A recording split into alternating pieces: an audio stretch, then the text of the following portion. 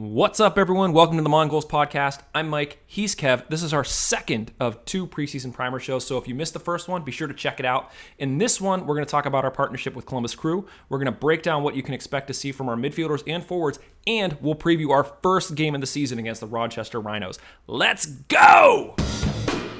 Can you believe that, guys? No, I mean, that is one of the craziest sequence of events we've seen in quite a period of time. In the top right corner, gentlemen. Out to the middle, back to Kerr.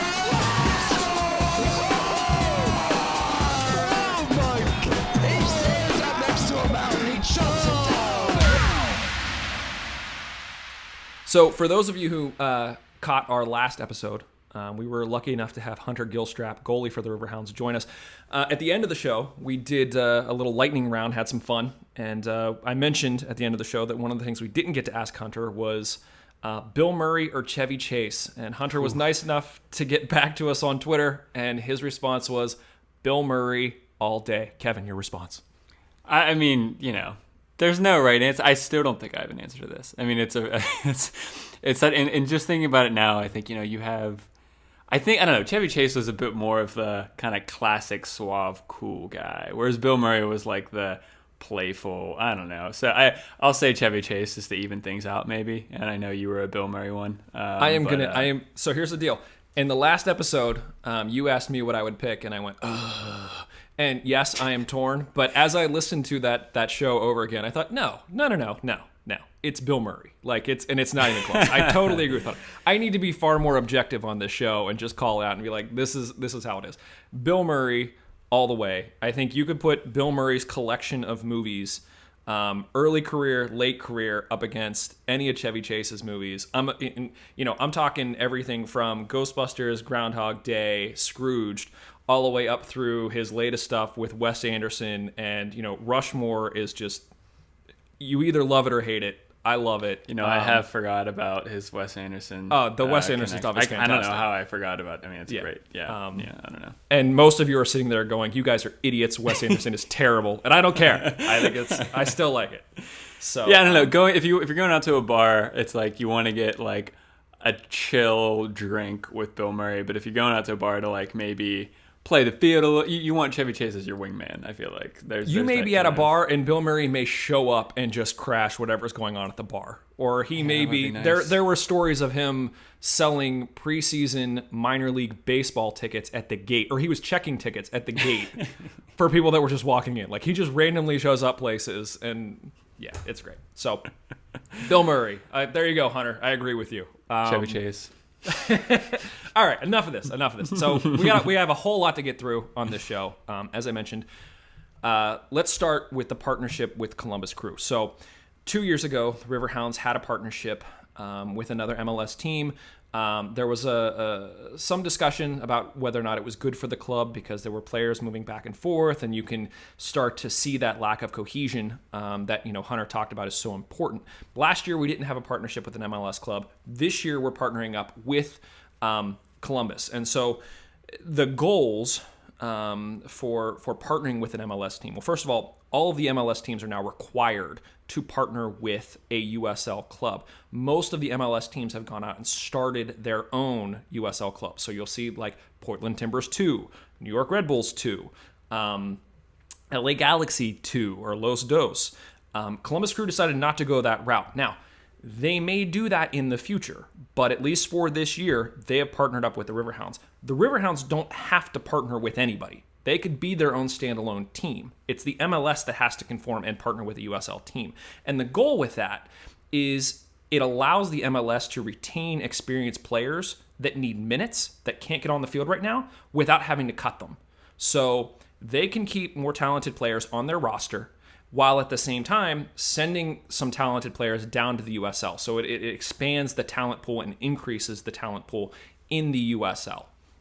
Yeah, and so I think from the kind of innocent bystander perspective, you can kind of see how this kind of perfect symbiotic relationship happens in an ideal situation, right? Just as Mike, you explained there, you kind of get players who are on the fringes for more higher level league teams going down and getting more minutes and getting more experience in lower league, and then a lower league team benefiting from a more talented individual from a higher league. But I think it is important to kind of note, and it ends up being usually a much more chaotic kind of situation. This happens really all over the world. I see it a lot. I'm a Liverpool fan, and there's a big kind of loany situation down to lower league, kind of, I don't want to say travesty, but issues that are popping up now going into the next season. But so what can actually happen is, if a higher level league player gets sent down to a lower level league, you can get situations where, maybe the teams play in a different style. Maybe they play in a different formation. Maybe that player would be playing, say, on the left wing on the higher level league team, and now he's being asked to play on the right wing in the lower level league team. And you could potentially get these kind of clash of styles, clash of philosophies. And then you also get in a situation where, managers need to do what's best for them. So if they're kind of getting in a tough position, right? Maybe they lost 2 games in a row or something. Usually you can actually go back and kind of go back to what you know and rely upon with kind of more seasoned, experienced players in your own club that has been around for a while, and kind of put your trust in them rather than this kind of new player that's being sent down and all this stuff. There's a lot more that goes into this, and there could be an entire show on this whole kind of process. But for the thoughtfulness of time, I'll stop ranting at that point. Well, and there are some, but it's much more complicated kind of situation than it might appear to be on the surface. And so sometimes you can get very successful situations where this happens well, and sometimes you can get very unsuccessful situations where this doesn't happen so well. So right, and the issue comes down to, exactly to your point, that you now have players on your team that don't belong to your team. So you're trying to integrate them, You're trying to get them playing minutes, but at the same time, they could be plucked up at any moment and sent to another team, and now you have a hole that you need to fill.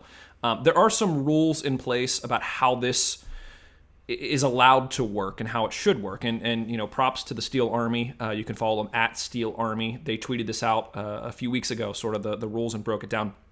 The idea is that all of the loans, so players coming from the MLS down to the USL, have to be free. So the USL is not paying to get any of these players on their team. So that's one of the big first things. The loan itself must last for the entire duration of the USL season. So if we get a player, essentially we have that player for the whole season. But the caveat is that those players can come and go as they please, as long as they have a right of recall incorporated into the agreement. Why an MLS team would not have a right to recall for any of their players doesn't make a lot of sense. But I think it's probably, you might get a situation where you don't want to be put in a position, if you're the lower league side, say you're doing really well, this player's doing really well for you, the higher level league team recognizes, hey, this player's doing really well, let's recall him up and maybe give him a shot in the first team squad. Then you have that lower league team that's like, well, come on, like we're doing really well. He's an integral part of our team, and we don't want that to happen. So there could be, I guess, situations where the lower league team kind of I don't know, stands up a bit more and says, no, like, if this is going to happen, we're going to make sure we know what we have for the entire season, and kind of eliminate that potential banana slip of. I mean, yeah, and I hope that would be the case for the USL teams, but it sounds almost like the MLS team has more of the leverage in this case. And so I would almost see them saying, hey, we'll send you these players, but they would almost always have a right of recall. I think another important, often as fans, we look at this from, I don't know, what happens on the pitch. From a very football, soccer kind of perspective. Another thing is, these people are human beings. Can you imagine, if you're 18 years old, you're living in Columbus, your family, your friends there, and then, hey, we're going to send you to Pittsburgh. And then, you might be there for, 4 months. You might be there for 12. We don't know, and all that kind of stuff. So maybe it could be another thing where it's, we're going to send you there for 12 months. You're going to be there, and, kind of just taking care of the person maybe a little more, as well as taking care of the player. Yeah, and I think that one of the things that plays in our favor here is, from looking at Columbus Crew, Greg Berhalter, their head coach, seems very intent on doing things and developing things within a certain style and within a certain way, and he's not quick to rush progress. And so I think that plays in our favor because I think he's less likely to just pluck somebody up because they're doing good and then send them back down. He values consistency. He values getting valuable playing minutes, and therefore he's not going to be quick to just fill a hole by plucking one of the players from the Riverhounds and then sending them right back down. So I think that plays to our advantage. Now, that said, we have gotten 2 players from Columbus Crew thus far, and I do think that one of those players may be susceptible to being plucked up. So the first player we're going to talk about is Ben Swanson. Ben Swanson is only 18 years old. He was signed really young with the Columbus first team, basically came up through their youth system. He was the captain of the U.S. under-18 national team. He's since been called up to the U20s. He's really regarded as the future at midfield in Columbus. He can't break into the first team right now because he has Federico Higuain, Tony Chani, and Will Trapp in front of him. But people expect Will Trapp. Will Trapp is another young central midfielder. People expect Trapp to get sold abroad at some point. His talent is too good. They see him moving on and just continuing to develop his game. Swanson is sort of regarded amongst their fans as the heir apparent. So we're going to talk about it in a second. I think Swanson could do well in our midfield, but at the same time, if something were to happen to Trapp, to Higuain, to Chani, he's likely the first person to step in and fill that role.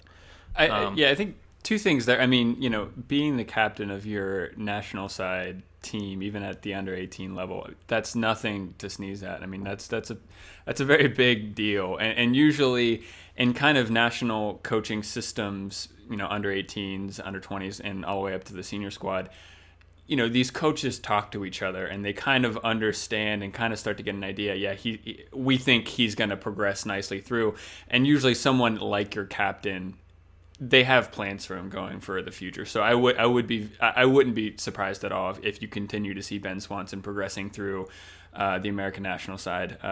Also, yeah, I mean, if you were just talking about the really only 3 other midfielders that might be thought to be ahead of them. I mean, if you look at the kind of grinds that a regular season has, injuries happen, and you would be very surprised if none of those 3 players who previously mentioned for Columbus goes through and has an injury-free season. So, I mean, that might even kind of compound the potential for him to be recalled even more. Well, and Will Trapp last season had some issues with concussions, so he spent a decent chunk of the time out. Now they did plug in Mohammad Sayeed, who played well in central midfield and sort of a defensive central midfield position, and he is still there. I think they could plug him in, but I think if there's a long-term injury that's more than a few games, you may start to see some rumblings in Columbus about when are we going to get Swanson back up here and get him some minutes. So I think a lot of also it generally what. You're not going to see Swanson get recalled to Columbus for like a game and then pass back down to Riverhounds. Usually this is kind of a one cashable ticket where, okay, we're going to bring him back. You can't really have this back and forth throughout the entire season either. So right. I mean, and I totally agree with that. I think the one advantage that Columbus has is that it's literally a 4-hour car ride back and forth, as opposed to last year they were partnered up with a team, I believe it was in Texas. So that trip back and forth was much more difficult. But that said, and that aside, that sort of goes against everything we've set up to this point about how Columbus operates. I think that Ben Swanson would be a good candidate to bring up. Now, that's nothing to say of the second player that we got, Marshall Hollingsworth. He's 22 years old. He was drafted 41st overall in the most recent MLS draft by Columbus Crew. Last year, he played at Wheaton College. He had 45 goals and 21 assists in 92 appearances there. That's an amazing return. Yeah. So he plays at least in some of the preseason with Columbus. It sounded like he was playing left back. Columbus plays a style where they like to get their backs up the field, very much like we do. They play a very similar 4-2-3-1, and their backs get into play. It sounds like in the most recent scrimmage, which we're going to get to in a second, we had him a little bit higher up the field. But regardless, I think this is another one where he will be in Pittsburgh, he will be on the roster, but at the same time, I don't think Columbus is sending them down here to sit the bench. He's going to have to earn his minutes, but at the same time, there may be some pressure from Columbus to get him some playing time. So I think whether he starts or not, you're likely to see some of Marshall Hollingsworth at some point over the course of the season. Yeah, that's a fair point. So I mentioned that the Hounds sort of ran through the preseason. We had a number of games against college teams. This past Friday, we went out to Columbus. The Hounds went out to Columbus. I shouldn't say we. And they lost 2-0. There was just a sort of a closed-door scrimmage. There wasn't a lot of news that came out about who the Hounds played or what formation they took on. Now, the Massive Report, who covers Columbus, did put out a lot of information about who Columbus played in terms of their formation, in terms of their players. And I think there's some revealing things here about how things could shake out. So up until this point, Columbus hasn't been doing so well to start off the season. I believe they're 0-1-2. Or no, I'm sorry, 0-2-1. So they have 2 losses and 1 tie. So this was an opportunity there for them to try out some new things. They were trying out a new 3-5-2 formation. So that's 3 defenders, 5 midfielders, 2 forwards. And one of the interesting things is that in that midfield, they had Ben Swanson in their lineup. So, while we have Ben Swanson on our team, he was playing for Columbus during the scrimmage with the Riverhounds. And according to the Massive Report, they said Ben Swanson looked pretty good in midfield. So I think this is, again, an indication that he's not far off from getting into that first team, which means, we may see him playing, but we also may see him gone, and that's just one of the fall, or that's just a fallout of this partnership. Right. And it must be a little weird for Riverhounds players to kind of look at that. I mean, because once you have this 18-year-old kid, captain of the under-18s, moving on to the under-21s, under-20s in the American national side, he's quote-unquote on your team for this season, and then you go out and play a scrimmage, and oh wait, never mind, he's going to play for this other team and all that kind of stuff. So yeah, I don't know. I'm sure that's kind of an interesting kind of personal dynamic that has to be kind of, I don't know, worked out a bit between the players in the dressing room and things like that. But yeah, because you're one of the Hounds, and it's like you're on our team, you're playing with us, but are you really on our team and playing with us? Yeah. So yeah, I mean, it'll be interesting. It reminds me. Remember, like Mighty Ducks, Adam Banks. Remember that kind of. He's Adam Banks. He's Adam Banks. Cake eater. Cake eater. Is Ben Swanson's new nickname Cake Eater? I don't want to start anything, but maybe we'll see. I don't even know if Ben Swanson's old enough to have Mighty Ducks have come out while he was alive. That's kind of sad. Anyway, one of the other things is I mentioned there wasn't a lot of news about how or the formation or who the Riverhounds had on the field. But the Columbus crew did mention that Marshall Hollingsworth did get some time on the left wing for the Hounds. So not back on defense. We had him somewhere in the midfield, whether we were running a 4-4-2 or we were running a 4-2-3-1. He was on the left side up top, but unfortunately he didn't get a lot of opportunities to do attacking. He was tracking back a lot.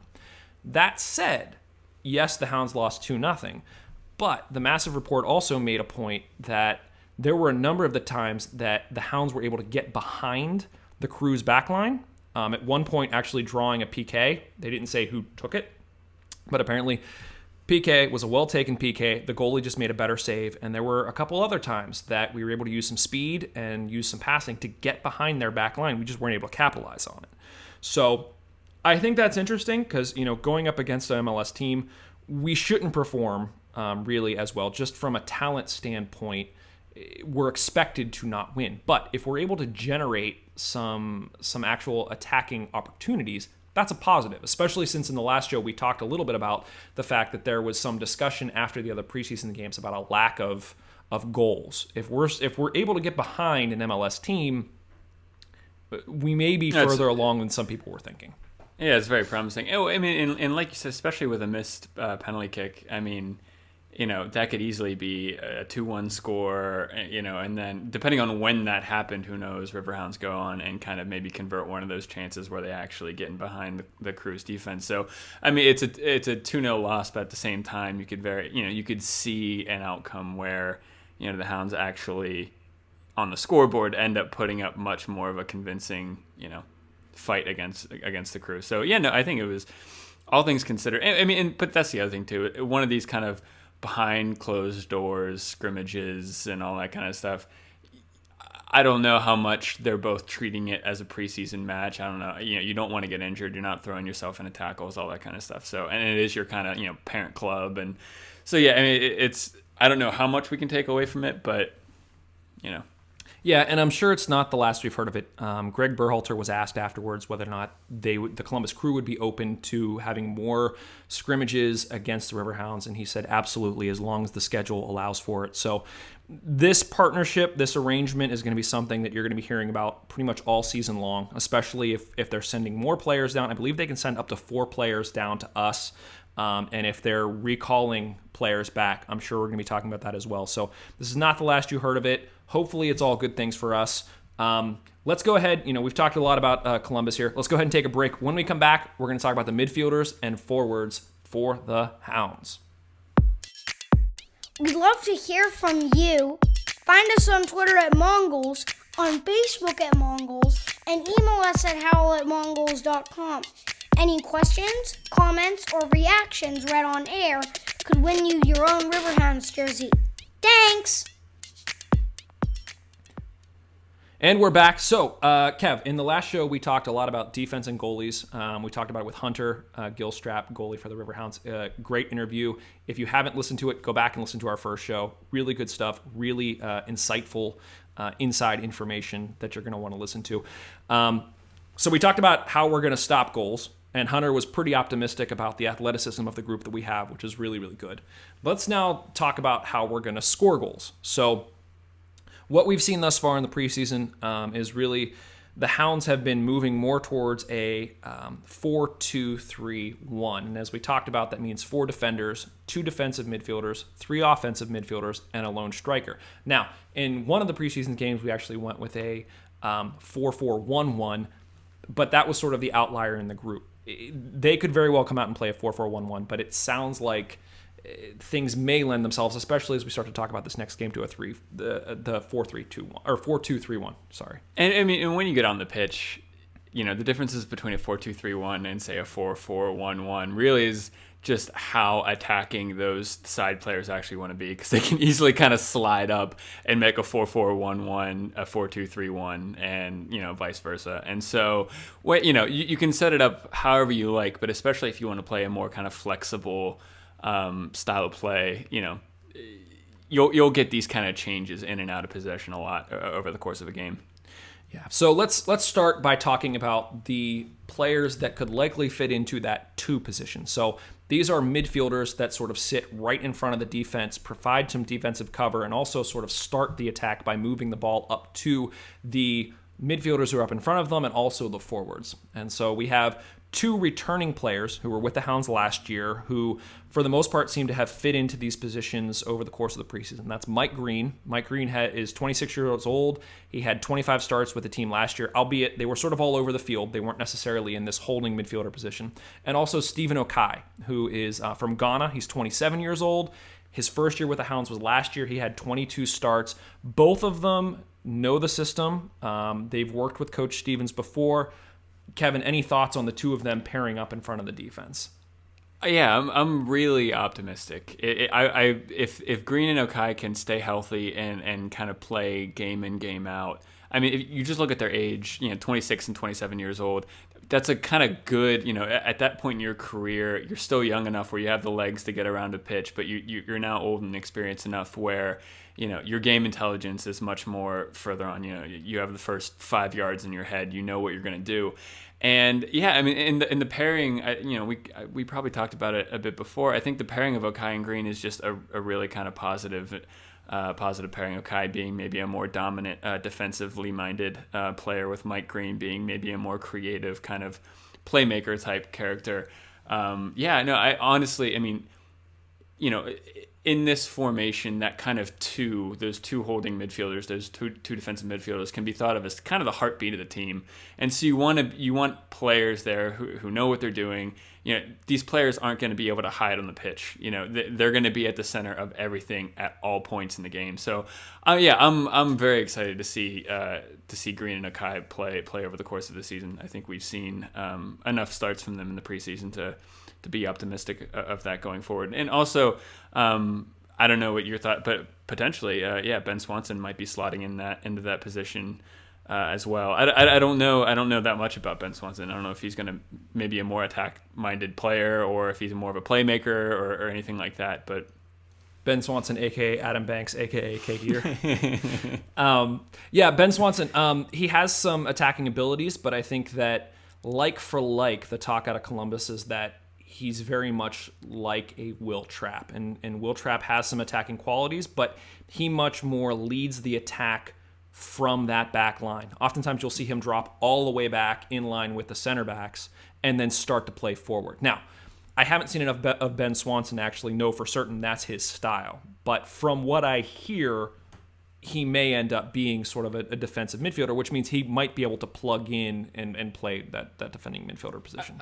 I think particularly, too, from the way you're talking about there, if he likes to drop deep and get on the ball and start the attack, you would most likely see him probably come in for Green as opposed to Akai, because in a 4-2-3-1, you generally want those two holding midfielders, one, like I said before, one more defensive type, one more of a playmaker type. And if Swanson's more the playmaker type, maybe over the course of his season, you'll see combinations of Green and Akai and Swanson and Akai. Just something to potentially look out for.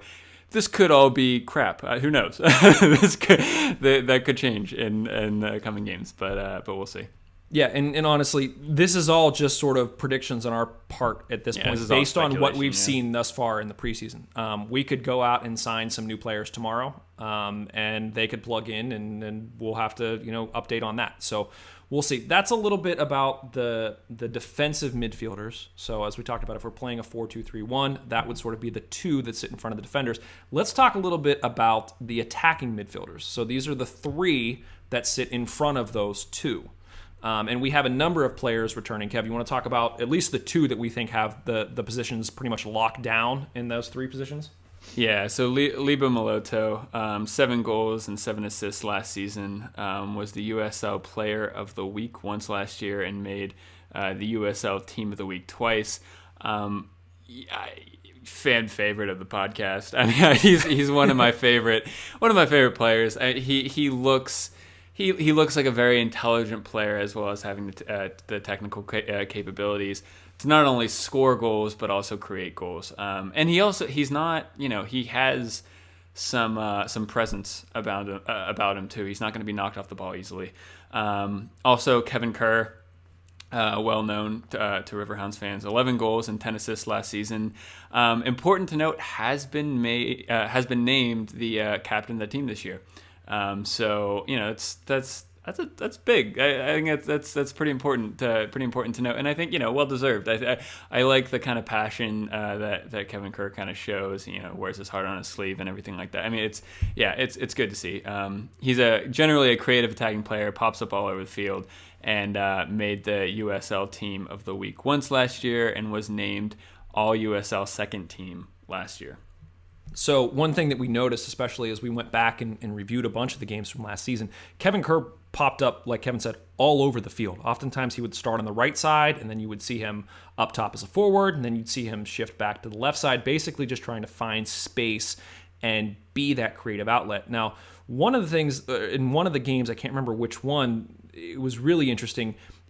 We had him back in sort of that 2 position as sort of that creative defensive midfielder, but that really just sort of allowed him to sort of penetrate through the lines and be this sneaky sort of attack player. And I think that's one of the things that separates him from Mulatto. I think you put Mulatto in the middle of the field, and he is that creative fulcrum that sort of the ball funnels through, whereas Kerr sort of sneakily just pops up in areas where you're least expecting it, and if you can get him late. He does. If you can get him the ball, he can be extremely dangerous. Obviously he wasn't named to the USL second team last year by chance. I mean, the guy's got some skills. He's got some confidence to make some really amazing plays. And so, like Kevin said, I think the captain band was awarded to him correctly. And I think it's going to be interesting to see these two together again for another year. I think also, I mean, we've talked about it. I think a really positive thing moving forward for the Riverhounds is they do seem to have a lot of intelligent players.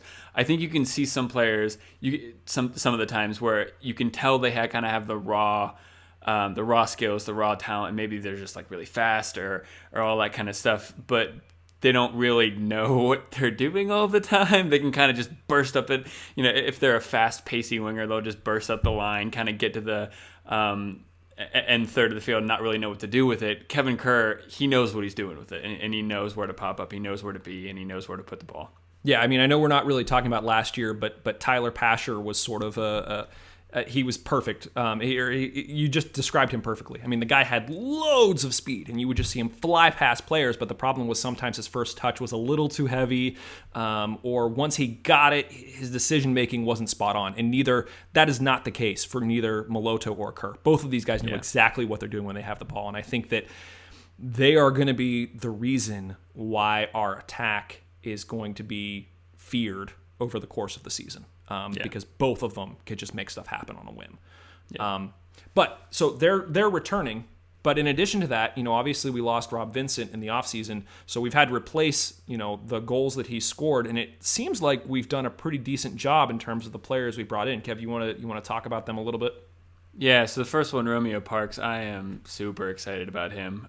25 years old, 6'4". He is from Jamaica, has played for them internationally. And so far has either started on the left side of the midfield or at forward.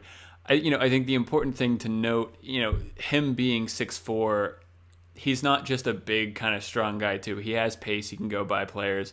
And if he gets played up top, generally in a 4-2-3-1, that lone striker, there's a lot of responsibility on them.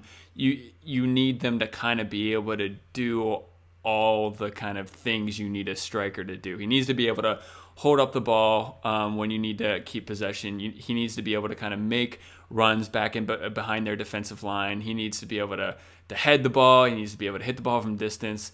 And with someone like the stature that Romeo Parks has and the kind of previous resume experience he's had, you would hope that he is the kind of player that can do all those things. And I think seeing him a lot in preseason so far, and a couple YouTube clips that I've watched of him, he's really exciting, and I'm excited to see how he kind of plays off of especially Mulatto and Kerr going forward.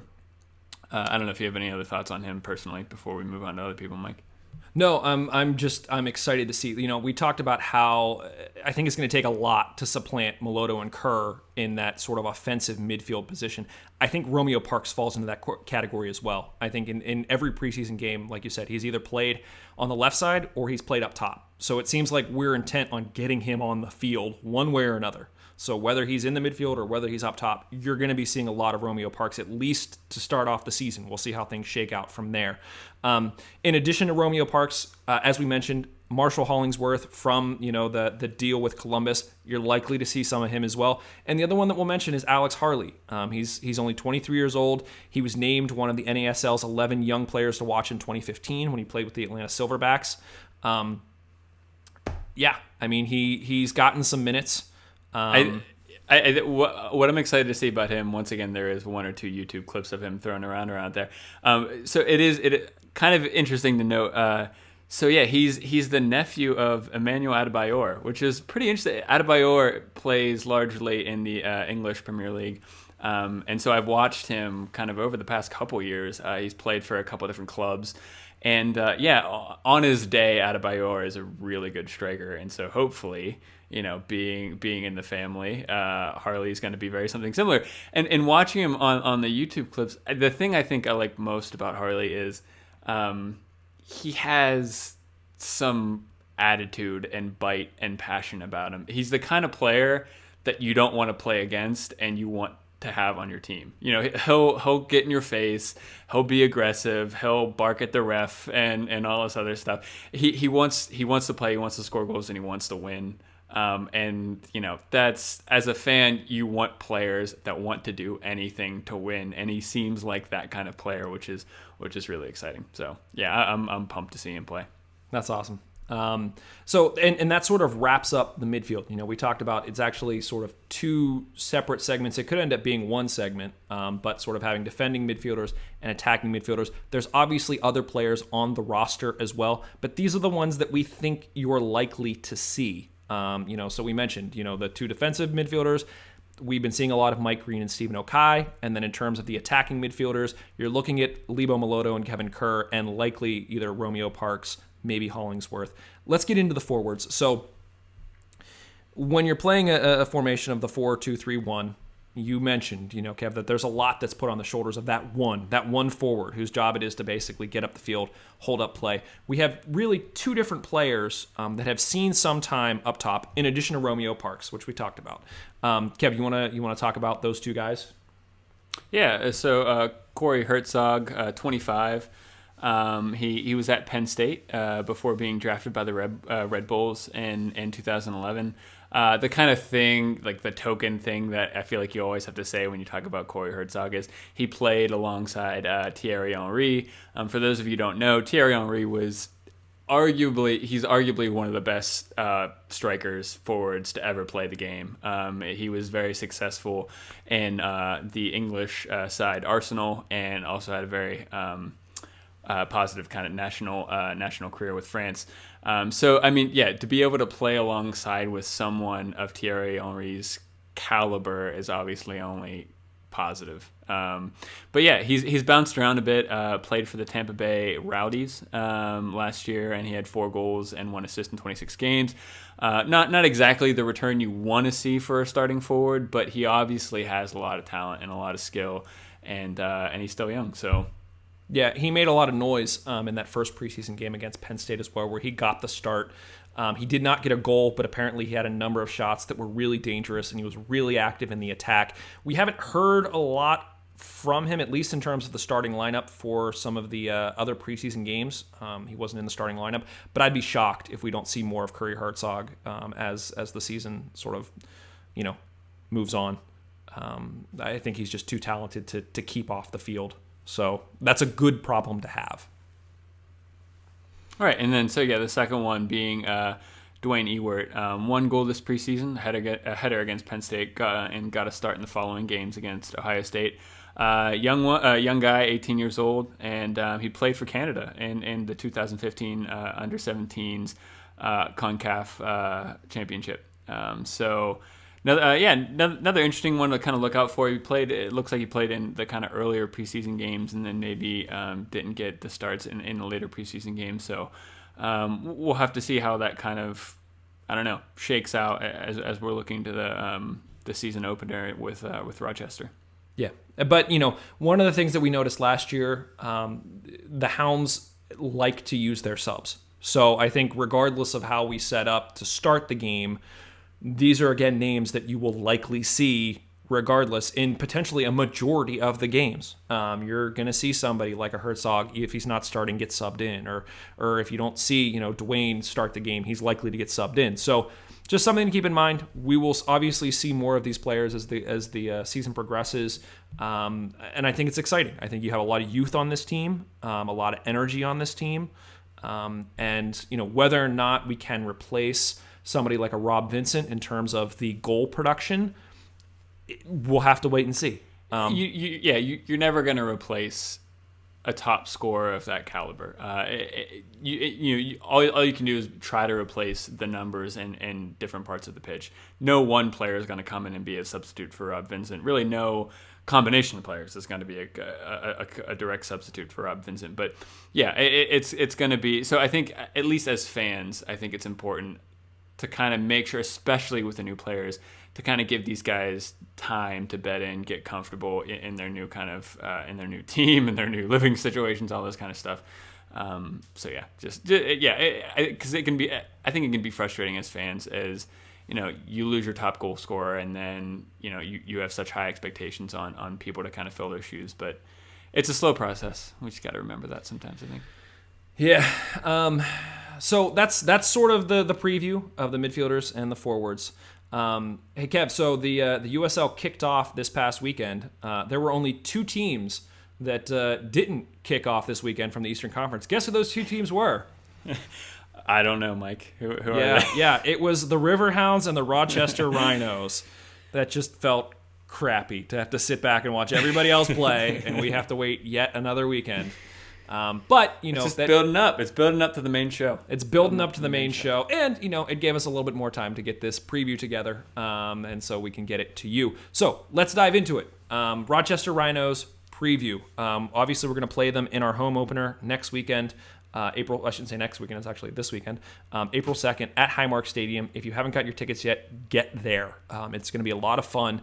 The Rochester Rhinos, they made a lot of noise in the offseason. They basically fell under new ownership. They got a new crest. This is their 21st season. The big thing is they won the USL Championship last year. So they won it all. Even more of a reason to get down and watch this home opener. Come on, you want to support your team go against the league champs. Come on, you gotta, you want to shove it down the throat the first. I don't know. It's really exciting. I mean, you always want to go and watch your team potentially beat the quote unquote best team in the league, and so this is a big chance to kind of get the season off on the right foot. Yeah, they have a target on their back, and if the Hounds can't get up for this one, home opener against the champions, this is going to be a good game. So just prepare yourself. So let's talk a little bit about Rochester before we talk about what we expect from the Hounds. So obviously we don't have a lot to go off of in terms of the previous games within the USL.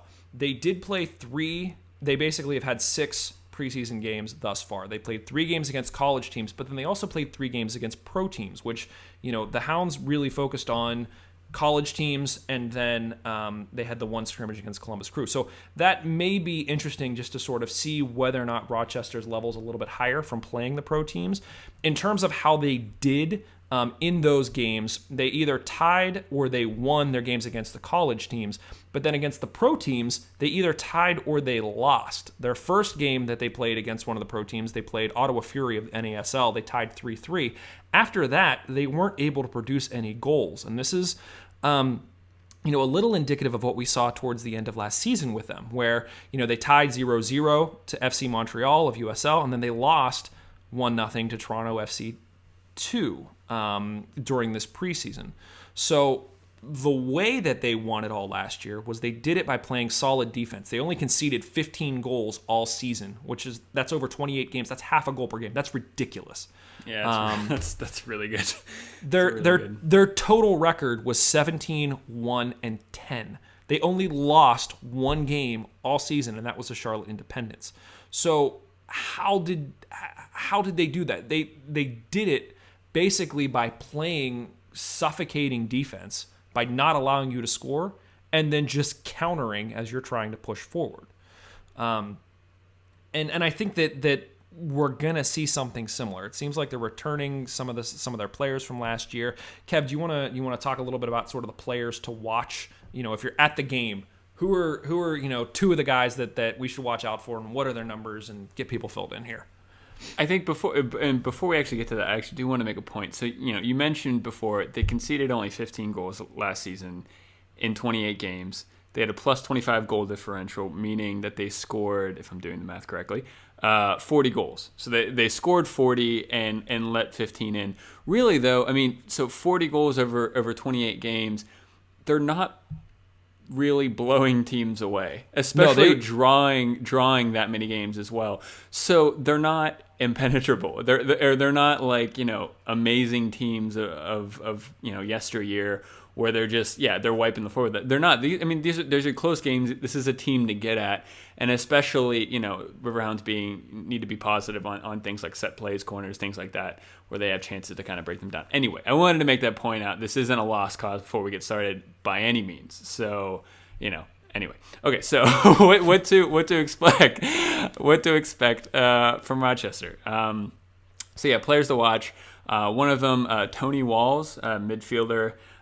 He's number 20, arguably their most important player last year. He was all league first team last year. So yeah, he's probably the main one to look out for. And then also, let's see if I can pronounce his name. It's Grant Van de Castile. Okay, see, that was much easier for you. And he's their central defender, number 18, all league first team last season. Probably the one who's anchoring their defense. And another important thing to kind of point out is they lost their keeper last year, who was their, I guess, the keeper of the year, Brandon Miller, to Orange County Blues FC. So, I don't know. Yeah. Interesting. So, in terms of who to watch, obviously you want to look out for Grant Van de Castile, Nice. number 18. Yes, and Tony Walls, number 20. Yeah. The largely spine of their team, it looks like. Both of them largely regarded as the some of the key cogs in that team. They played, like I mentioned, a flat 4-4-2 last year. Kev, you want to talk about that a little bit? Yeah, and so, I mean, this is just, I think, another positive about getting excited for this home opener. So a formation of a 4-4-2, so 4 defenders, 4 midfielders, 2 offensive players. This is a very classic, historically strong formation in soccer. Usually, 10, 15, 20 years ago, growing up, this is kind of how you played. The 4-2-3-1 that the Riverhounds play, that's a very modern formation that really was birthed to kind of directly counter a 4-4-2. A 4-4-2 breaks the pitch down into 3 zones. A 4-2-3-1 breaks the pitch down into 4 zones. And so really you want those, especially the 2 and the 3 in that 4-2-3-1, their goal is to pick up the kind of spaces that are naturally created in a 4-4-2. They're going to find these holes and pockets that just get very naturally created in a 4-4-2. So, I mean, that is something to look out for. If Rochester's playing a flat 4-4-2, us playing a 4-2-3-1, that's a natural formation to kind of get the best out of countering a system like a 4-4-2. So just maybe keeping that in mind as you're watching this game and seeing how that kind of plays out and looking to get a lot, especially from players like Mulatto and Kerr, intelligently finding space and pockets and holes and in between that kind of mid 4 and that back line 4. Yeah, and one of the things that we saw, especially late last season when we played Rochester for the last time, was we started with a 4-4-2, basically to counter their 4-4-2. And as soon as we switched to a 4-2-3-1, we scored almost instantly. Mulatto was able to pick up the ball in those pockets that Kevin mentioned and was able to turn and score. It was a great individual effort, but at the same time, a lot could have been chalked up to the fact that we were finding those pockets between their lines. So as to Kevin's point, we could be really well suited to do some damage here against their defense pretty early on in this game if we start with a 4-2-3-1. We may come out and play a 4-4-2 or 4-4-1-1, but when we saw the Hounds play in a 4-2-3-1 last year, it was rather effective. Well, and it's, I don't know, as a fan, Mike, I'm just curious, how would you want to see the Riverhounds come out? It's the home opener, it's the league champions. Do you want to maybe go at them from the starting whistle, or do you want to be a bit tight and cagey, make sure you don't concede? Because, I don't know, you give up a goal in the first 20 minutes to the league champions in your first game, heads go down, and you're wondering, this could be a long game, this could be a long season. So, I don't know, but at the same time, you go out and you score 20 minutes in, against the league champions who's only let in 15 goals all last season. I mean, everyone gets picked up. It's a huge balance. It's a huge kind of risk reward kind of thing. But I mean, honestly, I think we come out and we have to go at them. I mean, I think it being our home opener, I think having the emotions, having the energy of the crowd. The Steel Army was out painting a tifo this weekend, getting them ready, getting everything pumped up.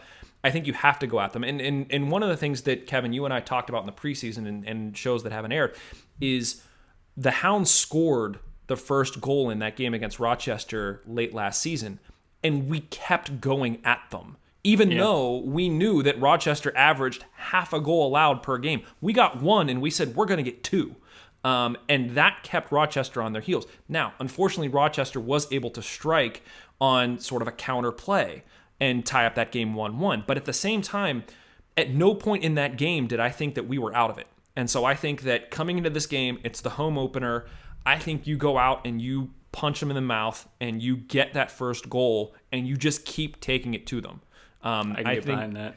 I think especially, considering that their style, at least last season, and I haven't seen anything in terms of what they've been doing in the preseason to counter this. Their style is still very much, we're going to win the championship by playing defense. If you come out and you score a goal right off the bat, that gets into them mentally because they're thinking, well, we only let up half a goal a game last season. All of a sudden, these guys already got one.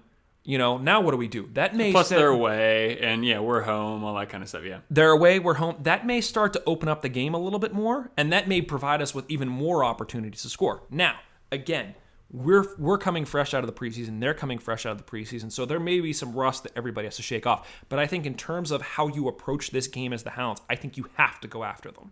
Yeah. You don't sit back and let them bring the game to you. That's not the style of play that we want to foster. And it sounds like, based on what we've seen, in terms of the formations we've seen, in terms of the types of players that we brought in, I think you're going to see a lot of, we talked to Hunter about it. You're going to see a lot of the backs getting into the play. You're going to see a lot of Kerr. You're going to see a lot of Parks, and you're going to see a lot of Mulatto. And I think it's going to be a really exciting game.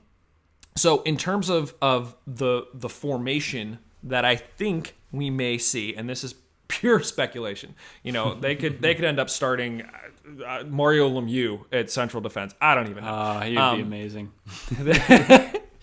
if he could keep up. I think what we're going to see, just in terms of what to expect, I think you're going to see Hunter Gilstrap in goal.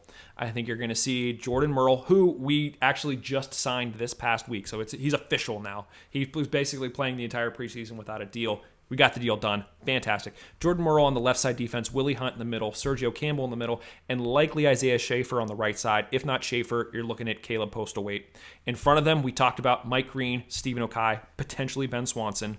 In front of those guys, you're probably looking at Romeo Parks, Saliba Mulatto, Kevin Kerr, potentially Marshall Hollingsworth in place of Parks, and then either Parks or Hertzog up top. So I think that's what you can expect coming out of it.